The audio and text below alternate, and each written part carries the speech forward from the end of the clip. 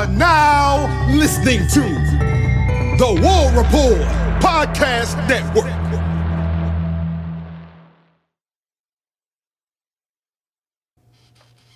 Sooner Nation, welcome into Sooner Spotlight, your all-access pass for all things Oklahoma Sooners athletics. I want to start off by mentioning a huge thank you to everyone. This show has been growing, and it's a huge thanks to you guys for all of the support that you have done between liking, commenting, sharing, all of that. Just viewing these episodes helps us grow, so thank you so much. But if you would, real quick, hit that like button, hit that subscribe button, and hit that notification bell if you'd like to be notified.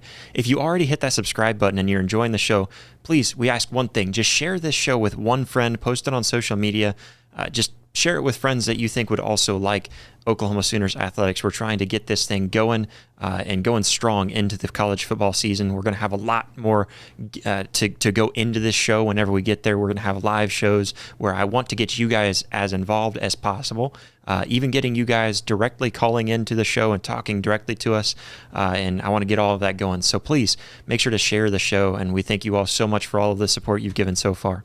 Today we've got an amazing episode. I had Jake Crain from Crain and Company come on the show with me. He has been an inspiration from me even getting into podcasting back whenever I first got into it. And so huge thanks to him for taking out some time to put aside to come on and talk a little bit of Oklahoma Sooners with us. We talked about Oklahoma coming into the SEC, and he also had the opportunity to defend himself against us as Sooner fans on why he left Oklahoma out of his own top 25 for the college football preseason polls. We talked about that, and also got into, Jake is an Auburn guy, so we got into Oklahoma versus Auburn on September 28th. We talked about all of this and so much more. It was a blast having him on, and I'm sure you guys will enjoy. So let's go ahead and just jump right into it.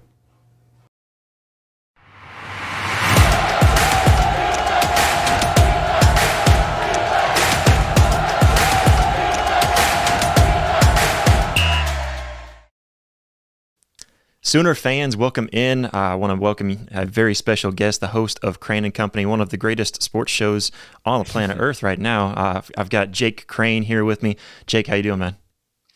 Josh, I'm doing great. First off, congrats on this, man. I know it's doing really well. Excited for you, and it's good to be able to keep branching out and doing different things in this space. And man, it's looking like it's going really well. If I can talk this morning, we're one Saturday away from football. I can't start drinking this early yet, but no, man, it's an incredible time of year. We're ready to get it going. We got prediction week next week. You know, you go individual, team by team, and you know, come up with our college football playoff, you know, between the three of us, and then Heisman winner and stuff like that. So at some point this weekend, I have to go sit in the woods and just think really hard.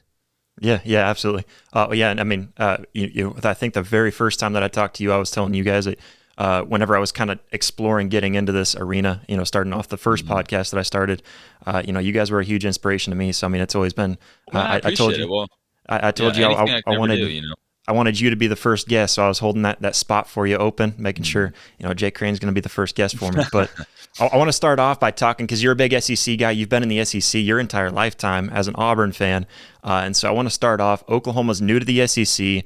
We're getting into, you know, we've got 6 ranked opponents in the preseason AP top 25 going into this season. So six of them in the top 15. So, I mean, it's going to be a tough schedule. This is something that Oklahoma fans really aren't used to.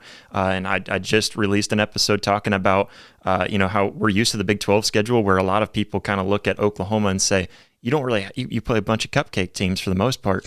And so, you know, now getting into the SEC, looking at Oklahoma, and from what you know, I know you were down at SEC Media Days. Do you think Oklahoma's ready for the SEC?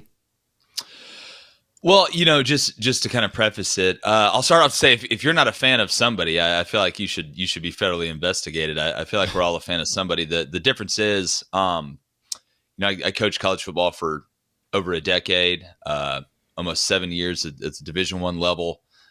So yeah, I'm an Auburn fan, but you know, Auburn hadn't sent me a check yet, and you know, I kind of probably catch more hell than just about anybody from Auburn fans, because I'll tell the truth. I'm not, you know, I just don't want to sunshine pump and give you a bunch of. It's like Saban said, if I want to make everybody happy, I'd sell cookies and ice cream for a living. What I would say about the SEC, and it's kind of what a lot of people have said, you know, from a national standpoint, is that there is kind of a common misconception, I think, that the SEC is, kind of a one-off or a two-off. Hey, man, if you can just beat Alabama, then the rest it's not as difficult as what people make it seem. That's just not the case. If you ask any coach, even outside of the SEC, the hardest part of going through the SEC is the grind. Now, look, Vanderbilt, I'm not saying every team is good, right? Vanderbilt is very, very average, and I think I'm being nice in saying that. Mississippi State's got to build their roster up with Jeff Lebby now, but it's not just playing Alabama. It's not just playing Georgia. It's, well, then you got to play Tennessee. Then you got to play LSU, or then you got to play Ole Miss, or then you got to play Auburn, or there's really not a week off, and every environment you go on the road in outside of, say, Vanderbilt is going to be hostile. Now, if Vanderbilt's close in the third quarter, you're going to have a bunch of people start to show up, but you're never going to walk into an easy environment where you can just roll your helmet out and win. And pretty much every weekend, you're going to be playing against a roster that does have a decent amount of NFL players, or at least a couple in spots that could present problems. That's why, again, the teams that win the most ways. All three phases aren't going to be playing great every single game. Now, as far as the Big 12, I've never I'm not one of these people that's like, oh, I think the SEC is the best conference and the rest of the conferences suck. Yeah. That's not the way. I mean, you look at last year, you can make a good argument, and we had Tim Brando on yesterday talking about this, that the Pac-12 was the best conference for most of the year last year in college football, and you have a legitimate, logical, and rational argument about that. So it fluctuates, right? The depth of leagues and the amount of teams that can be a problem. But when it comes to Oklahoma and the SEC, and people saying that, oh, well, your experience in the Big 12 doesn't mean anything going to the Southeastern Conference, that's not true. Two things can exist at the same time. That being said, you haven't gone through an SEC schedule, and you're still going to have to play Texas, which, thank goodness, they kept the Red River Shootout. Notice I said shootout because I don't care about being politically correct. I always like calling it the Red River rivalry just because it's harder to say. It gets especially it's like for alliteration. Yeah, especially for some people, maybe over in Louisiana, who have a harder time pronunciating words together, and stuff. So, yeah, I'd love to see him try and say it in Beijing, to be honest with you. But no, it's going to be a new experience. And Texas and Oklahoma, from a roster standpoint, are in different spots right now. But Oklahoma, traditionally, over the last 15 years, has been better than Texas. I think they've been a better program than Texas. David Pollock said the same thing on our show. But they are in different spaces year one, and they do have different schedules year one. So I think Oklahoma is going to be just fine. Yeah, I mean, vastly different schedules too, and Oklahoma fans like to kind of tease Texas for the much more manageable schedule than Oklahoma has this year. But starting off, I want to go back. What was it? Maybe a couple weeks ago now. Whenever you dropped your top 25, and you just kind of went through, and I agree with the way that you laid it out. Just kind of looking overall for the teams going into the season, how well how well prepared they are. Not necessarily that teams can't creep in. And I think a lot of people kind of caught that out of context. But I heard from Sooner fans all over. I mean, I don't know how popular. Sure, I don't know. I don't know how much you realize how popular you got for dropping that top 25. I was listening. Shout out to my guy Jay over on Locked On Sooners. They were talking about your top 25 and how disrespected they felt for Oklahoma. Personally, I even just talked about this recently. I don't care if you put us down ranked at number 50. That just means more room to improve, more room to climb up the rankings. But overall, kind of giving a little bit. I mean, a lot of people may be accusing you for maybe clickbait. I know you guys at Crain Company aren't those kind of guys. Instead of me trying to defend you for you, I got you here. So go ahead and defend yourself on your top 25 and leaving Oklahoma out of it. Yeah, well, and we said this on the show, and I guess it's hard if you didn't watch, the whole thing to get the context of. This is where I have the teams going into the season. We don't do our final predictions so I could actually have Oklahoma ending up in the top 15, and then all of a sudden everybody being happy again. But this is where I have them going into the season, and for this reason. And we have a huge Midwest following. We have a lot of Oklahoma fans, and a lot of them have watched the show so long. They know we don't do yeah, you're right. I got the clickbait list with Georgia at number 1. That's exactly how that works. That makes a lot of sense. But here's where I'm at with Oklahoma. I think, as far as Oklahoma and Texas coming to the SEC, I think we have to look at it in two buckets, right? You have the short term and you have the long term. If you gave me the choice to buy Oklahoma or Texas for the next 5 years in the SEC, I'm probably buying Oklahoma overall. But if you're asking me to buy Texas or Oklahoma this year, I'm buying Texas. And I think if you're putting money on the line, you'd be stupid not to buy Texas with the way the rosters are put together and the way the schedule lays out. But the thing that concerns me about Oklahoma and why I left them out of the preseason top 10 was it's not just that you do have a new quarterback who I think has tons of potential in Jackson Arnold. I actually think him making those mistakes in the bowl game are going to behoove him down the road, just like Nico at Tennessee is going to have to go through some ups and downs, right? You look across Avery Johnson at Kansas State's going to have to go through some ups and downs. So he's getting some of the bad mistakes out of the way, and he's going to get there. Like I said, he has a ton of potential, but potential is just another word for you haven't done it yet. But it's that mixture of new quarterback and young quarterback with an offensive line that hasn't played together before. Not that there are a bunch of freshmen that you're throwing out there in the offensive line, because that's not the case. They had to totally overhaul it. And you guys have one of the best offensive line coaches in the country.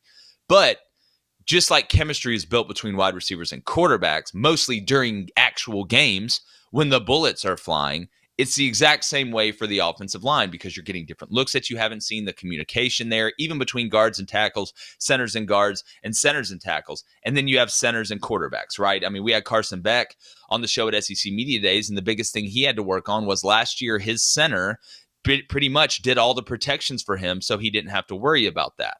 They had a really good rapport because Carson had been there and they trusted each other. That takes a little bit of time. So when I look at this Oklahoma schedule, I do think 7-5 is a legitimate possibility. 8-4 as well. And look, at the end of the day, who the hell knows? Jackson Arnold could come out. That offensive line could figure it out. I'm actually a little bit higher on the defense than some other people in the media in the SEC.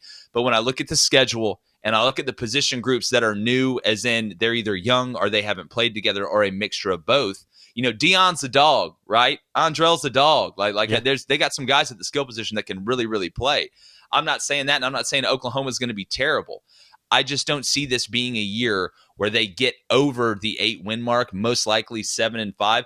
And Oklahoma is such a big brand, and their schedule is so tough, they could end up in the top 25, as crazy as it sounds, if it's the right 7-5.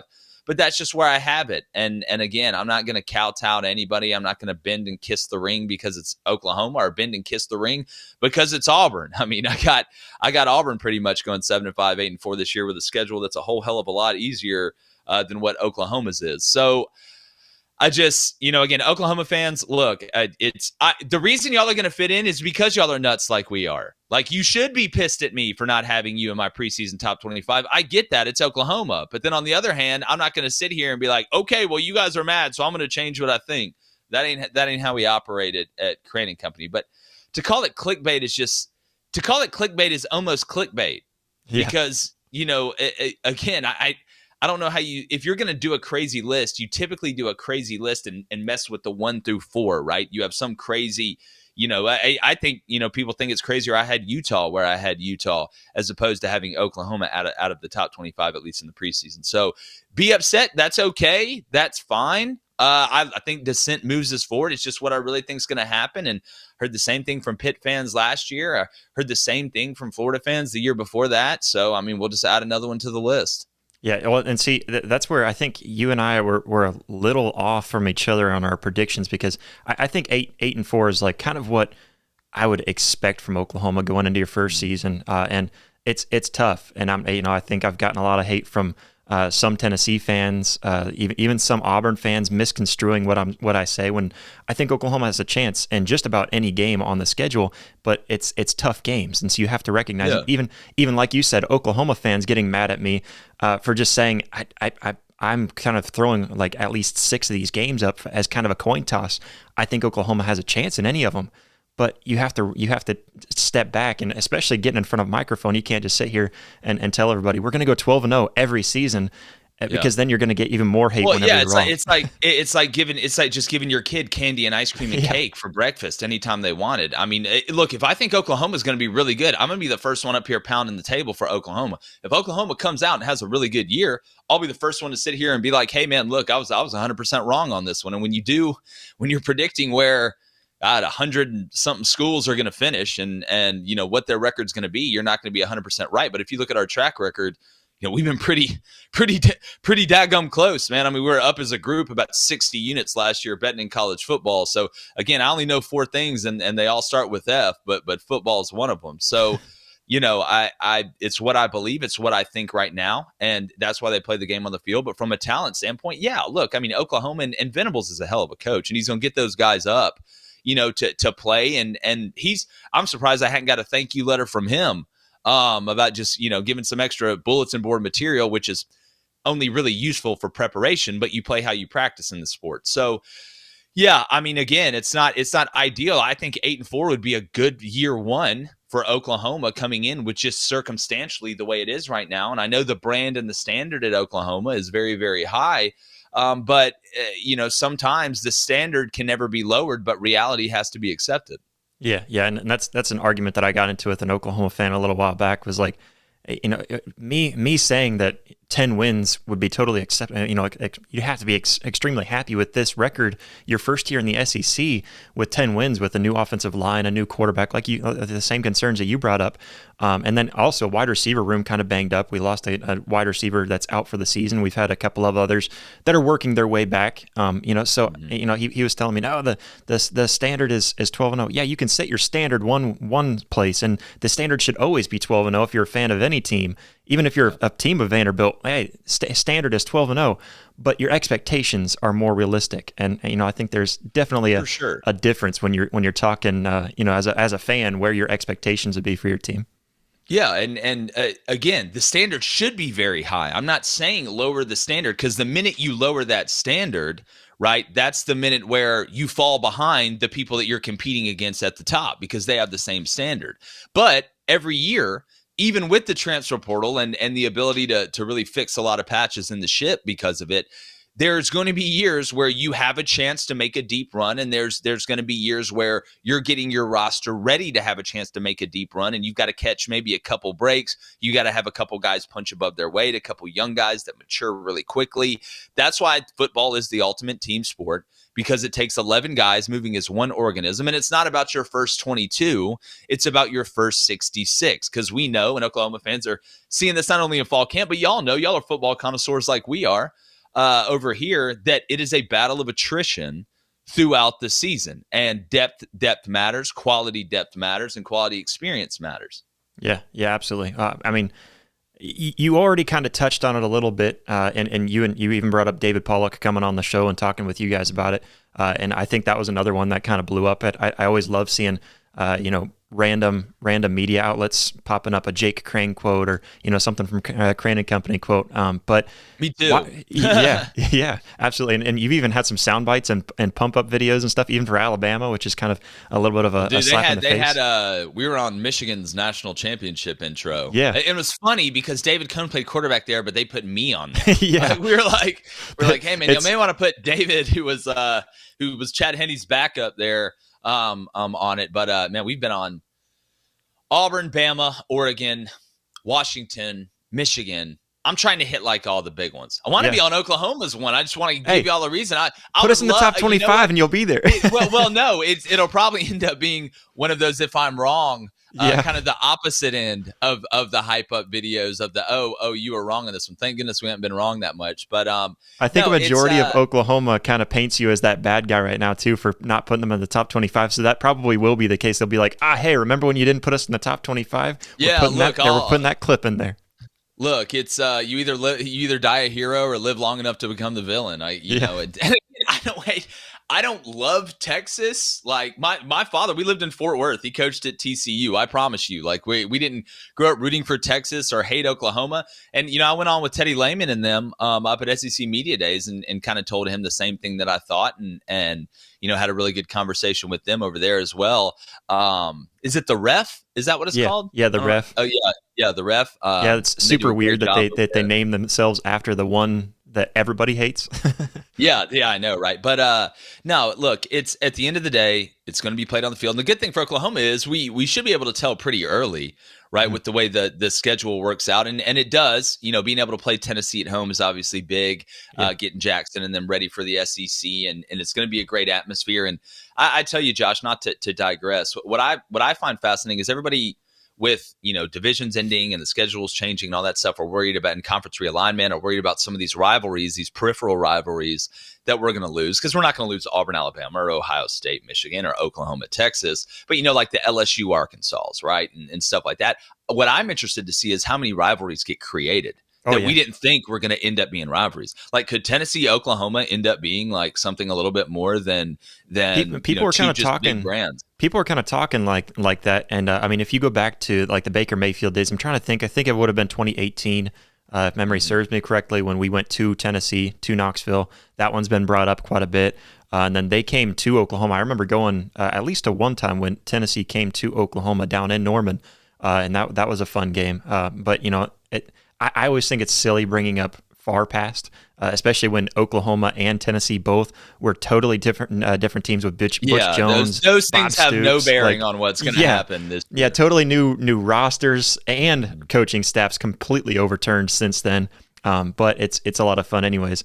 I want to jump forward. I mean, I guess before I get there, first with Oklahoma coming into the SEC, a lot of Oklahoma fans like myself are extremely excited about some of the atmospheres and things like that. I'll actually be down for my first time at Auburn to go down there. Nice. So I'll definitely be there actually with Blake. And so we're going to go good. I know you'll have a good time down there. Oh yeah. Just surround myself with Auburn fans. But right now, this is one of those games too, and I brought this up. This is one of those games that I kind of put as a coin flip. But I feel like Oklahoma, if they can show me what I'm expecting in those first 4 games, especially if we win Tennessee, I feel like Oklahoma has a good chance of going into Jordan Hare. I know I get teased for having my northern accent and saying that wrong. But for Oklahoma going there and beating Auburn, I think that's reasonable for Oklahoma fans to want. But a lot of Oklahoma fans don't understand the atmosphere. Before I get to that game, though, What do Oklahoma fans have to look forward to when we go to the SEC with these atmospheres? LSU is another one that I'm going to travel down to this year. What do Oklahoma fans have to look forward to when it comes to joining the SEC overall? Yeah, it's like, have you ever seen the movie Project X? Where the kid, like, it's obviously one huge part. I mean, no. If my parents are watching, I've never watched. Yeah, that's a good answer. No, and y'all know about tailgating. Y'all understand how cool some of these atmospheres are. There's just more of them, and they're even bigger. One of the coolest elements of it is that 90% of places in the SEC, the visiting fans are so welcome at the tailgates. People want you to come over. They want you to be able to experience it. Whether you're in the same conference or you're out of the conference, going and playing a game, whether it's at Jordan Hare, whether it's at Bryant Denny, the fans, every fan base has their lunatics, right? That are going to be kind of douchebags. But most people, they're very welcoming. It's the scenery's really cool. The way the campus is, like, again, Tennessee's, the way you got the Vol Navy right there, the traditions, obviously, Auburn, the Eagle flies and all that. The only one I would say is just be cautious at LSU. If you're going to wear Oklahoma stuff down at LSU, don't expect the same reception at LSU that you got at, let's say, Auburn or Georgia or somewhere like that. Not that it's all going to be roses and tulips, but down there at LSU, I'll tell you a funny story real quick, Josh. When I was 12, Auburn was playing down at LSU, and me and my parents and a couple of my buddies went down there. I had on my Auburn shirt. I'm walking around, and there's this tailgating section. This guy has got this big LSU tailgate. He's got this big pot. He's stirring, huge pot. It smelled really good. So, in Auburn, opposing fans walk up, be like, hey, man, come over here, grab something to eat, whatever, sit down. Where are you guys from? This, that, and the other. So we walk over there, and we're like, hey, man, and we're 12 years old now. This is a grown man. And we're like, hey, man, what are you cooking? He's like, well, he's like, I'm making my own gumbo recipe. He's like, but mine's a little bit special because I put duck sausage in it. And we're like, oh, okay, whatever. And he's like, you guys want some? And we're like, yeah. And he's like, well, why don't you Auburn boys duck down here and get it? And it just took a second, and he was dead serious to 12-year-olds. So, I mean, you'll have 7-year-olds flipping you off. Yeah, but outside of LSU, not that it's not fun. It's fun. It's just a different type of fun. They're incredible atmospheres, and the fans that are listening right now that go to Jordan Hare, a couple things you got to do. You got to go to Toomer's Corner. Get the lemonade. That's kind of a rite of passage thing, and you'll get what I'm saying when you get there. But just the city of Auburn, man, it runs on the football program, and a lot of these places do, like Oxford, like Starkville, and like Norman, and you guys understand that. So no, it's going to be a lot of fun, and it's crazy now. Like it's There's a reason people call that place cursed, that it's built on an Indian burial ground or a pet cemetery. I've seen some weird stuff happen both ways, though, like both ways. But as far as the Auburn-Oklahoma matchup, I would say a coin flip is probably the best way to describe it, because when you look at the rosters, there are a lot of similarities. I think, Auburn upgraded pretty much everywhere after Hugh Freeze's first year last year, and they had to. They were very thin at some spots. They weren't talented at some spots. They typically are. But as far as the offensive line, Auburn should be as good as they've been in a while. The defensive line, they should be as deep as they've been in a while, and including it, pass rusher, whether that's edge, whether that's Jack coming down, whether they're, going a cheetah package and running 2-man behind it and stunting the front with 4 defensive linemen, put 4 DNs out there and let them go eat. But Auburn's team is going to be better. The question is, how far along can these young wide receivers come, and how long is that going to take? And then can Peyton Thorne just make the routine throws routine? So when I look at Auburn and Oklahoma, Brent's in year 3, Hughes in year 2, and we all know what Oklahoma did in year 2. I think it's going to be pretty even. The difference being it is at Auburn, and it will be Jackson Arnold's and that offensive line's first SEC road game. Is it, Josh? Is it the first road game of the year for Oklahoma? Is it? Yeah, first road game of the year. See, and that's if you don't even have a non-conference game because you have Temple, Houston, Tulane. You should go 3-0. I understand Houston and Tulane are 2 teams, especially with I believe Houston has Willie Fritz now, right? Yeah, who beat our ass when I was at South Alabama twice when he was at Georgia Southern Duke and coached. And he was John. He was coaching Tulane, a few years ago when Tulane put up a really good fight with Michael Pratt at the helm, and really just tough game from them. And I believe that was even supposed to be at Tulane, but because of a hurricane, they switched it to where it was like a home game at Norman, and we even put the Tulane logo on the 25-yard line and stuff. So it was kind of a cool y'all game. Y'all don't get too many hurricanes out in Norman. So no, not much. But I will say, so I know you guys brought it up, I believe, when you guys were doing your atmosphere stadium rankings or whatever that was, that you guys, I don't think any of you guys have been to Norman yet, have you? That is one of the few big places that I haven't been, and hell, depending on how it goes this year, I may go or I may not eventually. But no, I've got to. I got to see that. That's on the bucket list. That's another cool thing. I've actually never seen Oklahoma, regardless if it's in Norman, neutral site, or an away game. I've actually never seen an Oklahoma game, and I need to do that. And at Crain and Company, we may be doing that this year. So. Yeah, absolutely. Let me know too. But I think. One thing that I think most SEC fans that I've learned don't understand is Oklahoma is an SEC atmosphere. Like when you look at the Big 12, without a doubt. When you look at the Big 12 on TV. Yeah, we traveled to like these stadiums like Ames where you have like 40-some thousand, Kansas with 40-some thousand. I think Oklahoma State being one of the biggest ones with like 50-some thousand, 58,000 maybe. Texas Tech down in Lubbock. Great atmospheres for sure. Even Ames is kind of a rocking atmosphere. You've played in Ames, haven't you? Or you coached it up in Ames? Yeah. Well, I coached in Iowa for about 3 years and actually clinicked, taught a special teams clinic up for Iowa State and Matt Campbell and Joe Houston, who's now Joe just got suspended for something, I think. Or no, Joe's getting made fun of right now because he's the one who put the launch pad at Florida for the special teams, which everybody uses. But that's a story for pretty much everybody uses. Yeah, look, I want to make sure something is clear. And I think this is the majority of the way that people in our part of the country, and we cover all of it, coast to coast, top to bottom, whatever. But the way we look at it is, nobody thinks they're better than Oklahoma. This isn't look at little Oklahoma. Oh, look at them, point and laugh at them, pull their pants down at recess. No, there's a ton of respect for Oklahoma. What a lot of people are saying is there needs to be a ton of respect for the SEC, which I know for most Oklahoma fans there are. And we've got to look at the roster and the circumstance to be able to use deductive reasoning to come up with what we think is going to happen. So it's not Oklahoma sucks. They're never going to be good in the SEC. They're going to be a whipping boy in the SEC. No, that is so far from the truth, and that is such a casual and stupid thing to say. But I don't think year one is going to be a Kool-Aid man kick the wall in and welcome to the SEC. And to be honest with you, I don't really think it's going to be that way for Texas too. Especially if it keeps going like this for them.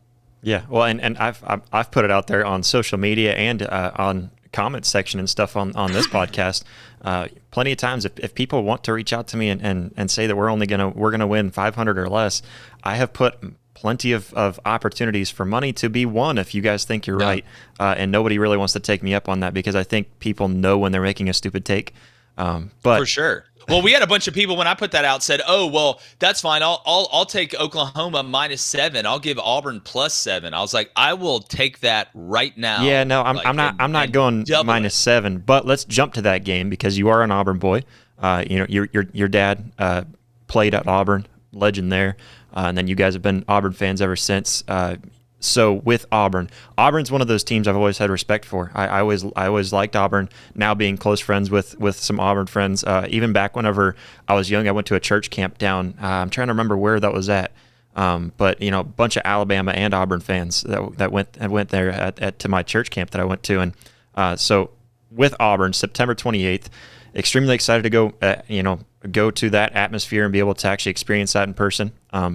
And I think that'll be the first SEC atmosphere I've ever been to, if I remember correctly. Oh man, you picked a good one, Josh. Yes, it's I'm excited. Lit. Yeah, I'm excited. Especially if Auburn's 4-0. And here's the thing: I've been telling Auburn fans, when the few times we've talked about Auburn, you ought to be rooting for Oklahoma every game they play, except for Auburn. If you're smart, Tennessee at Oklahoma, you ought to be painting an OU on your chest and running around the living room hoping Oklahoma wins that game, because if that happens, there's a very, very good, almost guaranteed possibility that a 4-0 Oklahoma with wins over Houston and Tulane and a 4-0 Auburn could be a ranked matchup.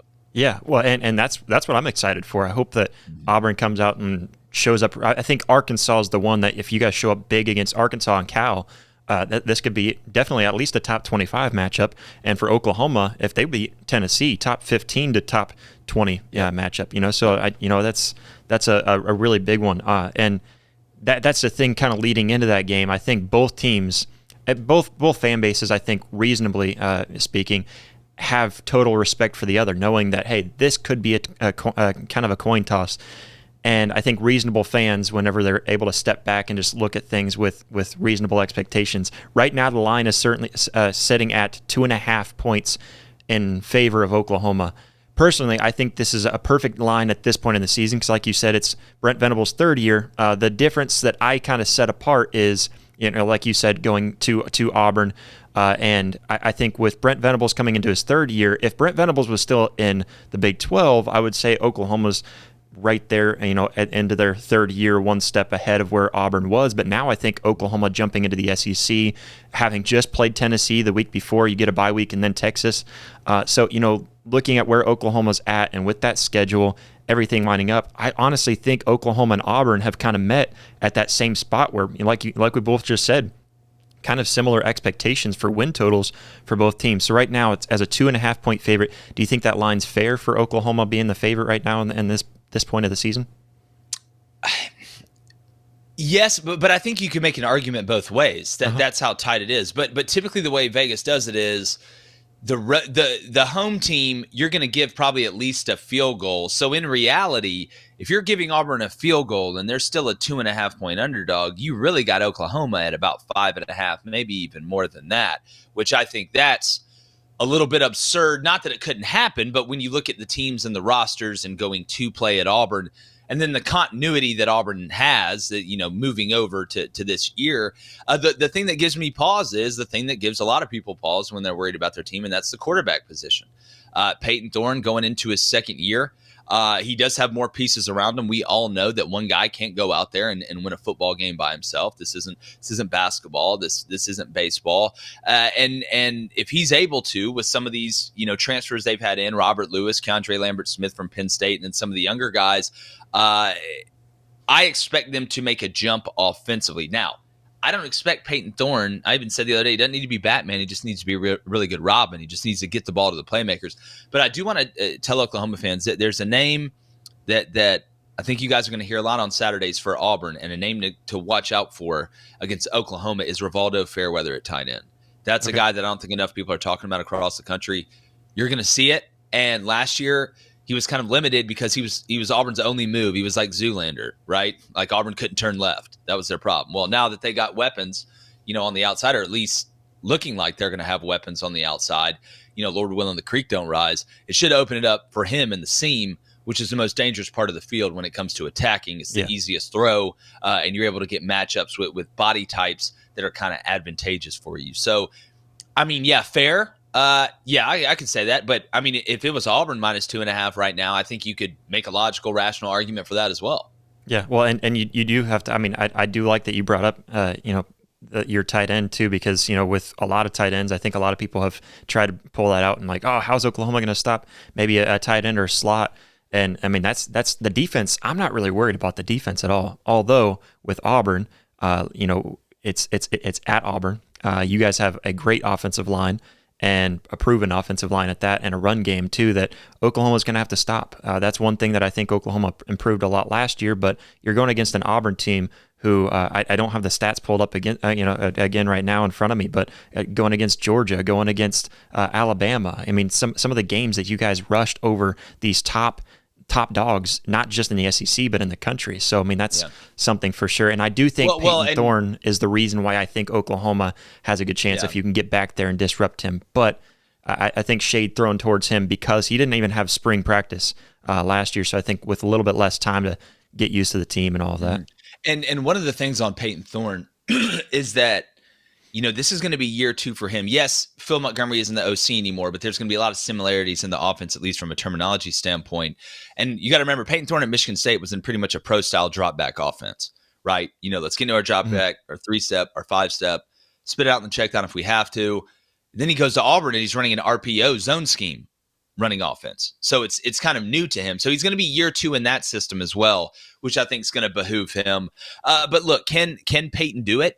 I think he can. The thing that Auburn didn't have last year, and it made it even more impressive they were able to run the ball the way that they could, was Auburn was not two-dimensional at all on offense. They were purely one-dimensional. There were games last year where Auburn fans were begging to just throw for 100 yards. I mean, if you go back and look at the numbers, Auburn threw for, 20, low 2,000s yard-wise, something like that, and 300 of them was against Samford. Auburn couldn't throw the ball last year, but it was multiple people's fault, right? Auburn had small guys that couldn't get open at wide receiver last year. Fairweather at tight end was the only move they had, like I said. And then Peyton Thorne struggled to, even when guys got open, to be able to consistently make those throws to move the ball down the field. So if Auburn's able to do that, look, Hugh Freeze, say what you want. Nobody's perfect or whatever.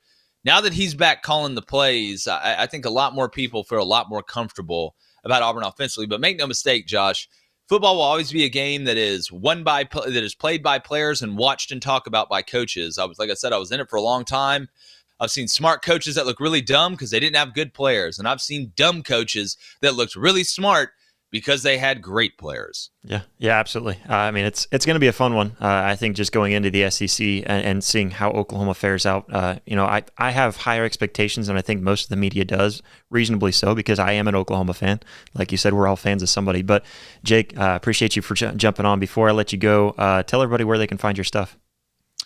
Yeah, well, if you want to call in and scream at me or Blaine or David, and again, I've got so much respect for Oklahoma, and there's no, I don't go into it like, all right, man, who is a big brand that I can piss off? Some guys do that. I'm not trying to do that because I want to be right and I want to win money. I want to win bets. I want our audience to be able to win bets. So again, my mascot is green and has been Franklin on the middle of it. So.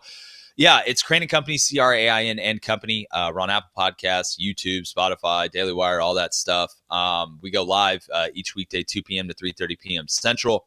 We take live calls. We have Oklahoma people call in all the time. We had some good back and forth. My brother and Cone put out their top 25, and Oklahoma was in it. So I guess you're going to be friends with them. But at the end of the day, all I ask is that if I'm wrong, I will tell you I'm wrong and congratulate you. If you're wrong, just call in and tell me you're wrong. Hey Sooner fans, did you enjoy this video? Well, go ahead and hit that like button and go ahead and hit that subscribe button. What are you doing if you've made it this far and haven't already? You should be able to find that subscribe button over here. And then if you want to see full episodes, we've got those up here and clips right down here. So go check that out. But we thank you all so much for all the love, all the support. We'll catch you next time. Boomer.